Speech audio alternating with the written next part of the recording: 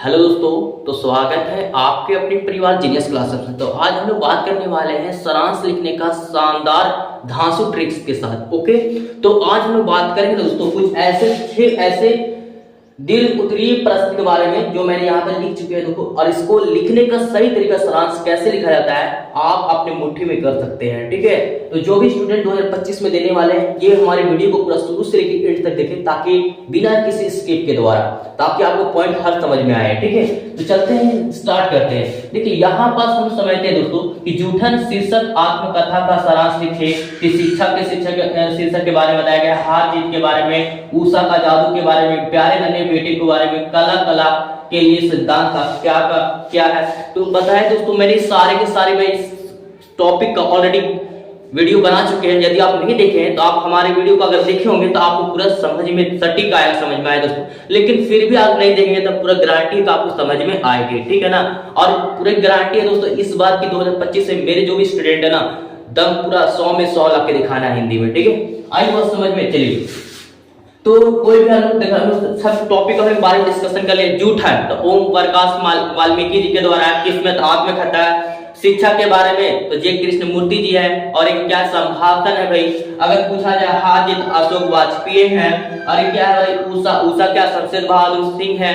फिर क्या है प्यारे नन्हे बेटे को तो विनोद कुमार तुगल जी हैं। फिर उसी तरीके से यहाँ पास बहुत से मैंने बताया, हंसते हुए मेरा अकेलापन है ना, तो मलिया जी के बारे में बातचीत, बालकृष्ण भट्ट जी निबंध है, तो उसने कहा था कहानी है, और कौन है चंद्र शर्मा गुलेरी जी। तो ये सब मैं टॉपिक को आपको दे चुके हैं दोस्तों। ठीक है, तो आज हम लोग पूरा तैयार रहेंगे। ठीक है ना, सारांश लिखने का सबसे शानदार ट्रिक। ठीक है ना, तो यहाँ पे हिंदी में सारांश लिखने का ट्रिक।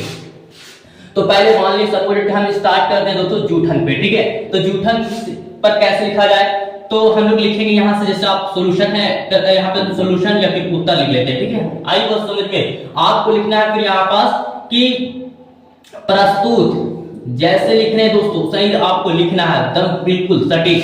प्रस्तुत शीर्षक पाठ जूठन कॉमा कर लीजिएगा ताकि टॉपिक का नाम है।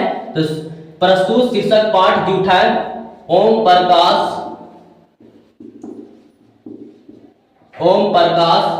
वाल्मीकि जी के द्वारा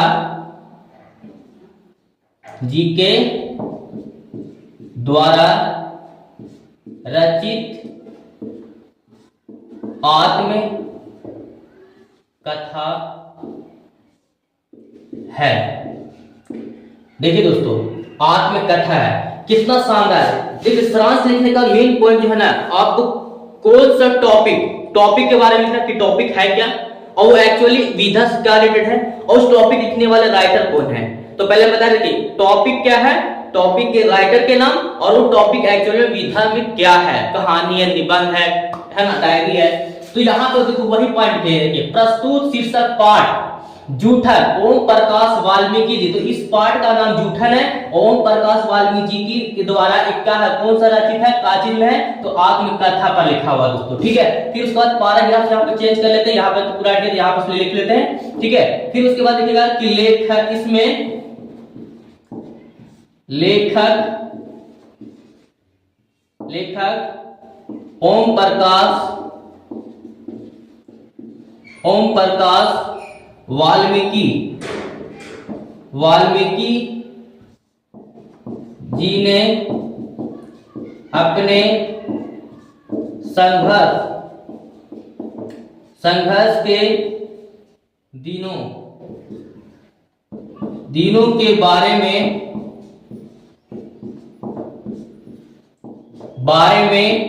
और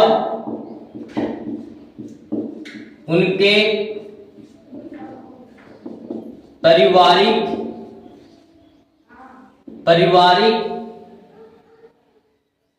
के बारे में, पारिवारिक की पारिवारिक स्थिति के बारे में व्याख्या किया गया है। फिर यहाँ पे पैराग्राफ लिखिएगा, फिर यहाँ पे लिखिएगा। देखिए तो कितना शानदार था। देखिए अब बताइए कि यहाँ पे जूठन में मैंने यहाँ पे देखिए इसमें लेखक जो था ओम प्रकाश वाल्मीकि जी ने अपने संघर्ष के दिनों में, अपने जीवन के इस दिनों में संघर्ष किए और उनके पारिवारिक स्थिति में व्याख्या किया गया, उसके पारिवारिक के बारे में बताया गया है। ठीक है, तो क्या बताया गया तुम्हें इसके बारे में बताएंगे। अगर उसी तरीके से आपको शिक्षा के बारे में लिखना था, शिक्षा के बारे में, तो आप क्या लिखते हैं, तो प्रस्तुत शीर्षक पाठ शिक्षा।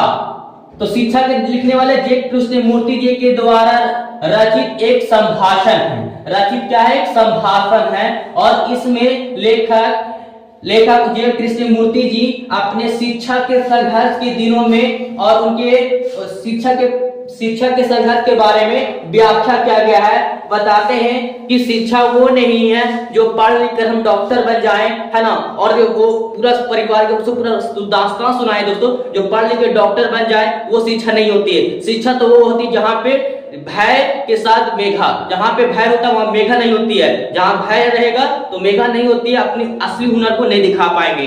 ठीक है, तो उसके बारे में पूरे पॉइंट को बताया। आप वीडियो देखेंगे तो आपको पूरा अच्छे से समझ में आएगा दोस्तों। ठीक है, अब देखिए यहाँ पे ये तो मैंने जूठन के बारे में प्रस्तुत किए। ठीक है, अब शिक्षा से बोले तो शिक्षा भी लिख सकते थे आप। तो जूठन में देखिए अब क्या है यहाँ पे, फिर उसके बाद अगला यहाँ पे 2 नंबर क्लियर हो चुका है। अब बाकी अब और नंबर के लिए देखिए यहाँ से लिखेगा जो मैंने कहानी आपको सुनाए थे कि ओम प्रकाश वाल्मीकि जी को अपने परिवार में उसे मुंशी, प्यार से मुंशी कहते थे, और गवर्नमेंट सरकारी स्कूल में पढ़ने वाला एक लड़का था जो गरीब पारिवारिक स्थिति से बहुत गरीब था, भरण पोषण में असमर्थ थे, जिसके लिए उसके परिवार वाले, है ना, उसके पिता जो है घर से दूर रह करके काम करते थे। लेकिन और जो उसके माँ बाप जो थे ना, सॉरी माँ थी और बहनें जो थी वो किसी के यहाँ खटाल में काम करती थी, गौशाला जिससे गोमूत्र वगैरह साफ करना, सबके बारे में काम करते थे। तो इस सब के बारे में अपने घर का खर्चा उठाते थे। लेकिन ओम प्रकाश वाल्मीकि जी जो उसके साथ पढ़ने का जुनून था, लेकिन उसमें सरकारी स्कूल में एक शिक्षक था जिसको हम बोलते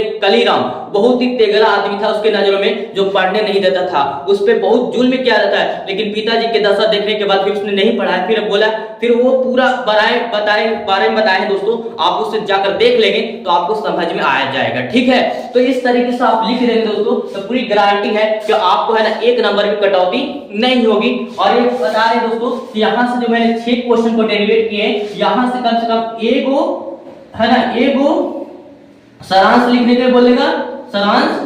ठीक है, सारांश चाहे तो आपको 2 ठो भी बोल सकता है दोस्तों, क्या बोल सकता है, 2 ठो भी आपको पूछ सकता है, फिक्स है, 1 तो पक्का फिक्स है, चाहे तो 2 को भी पूछ सकता है। ठीक है ना, तो मेरे इस तरीके से कितना शानदार बताया दोस्तों। फिर भी कुछ समस्या आता है तो आप हमें कमेंट बॉक्स में जरूर बताएं, और उसी तरीके से मैं उर्दू का भी लेके आ रहा हूं, इक्तिबास का तस्वीर करने वाला। ओके, तो कैसे करेंगे, तो ओके, फिर मिलते हैं, धन्यवाद।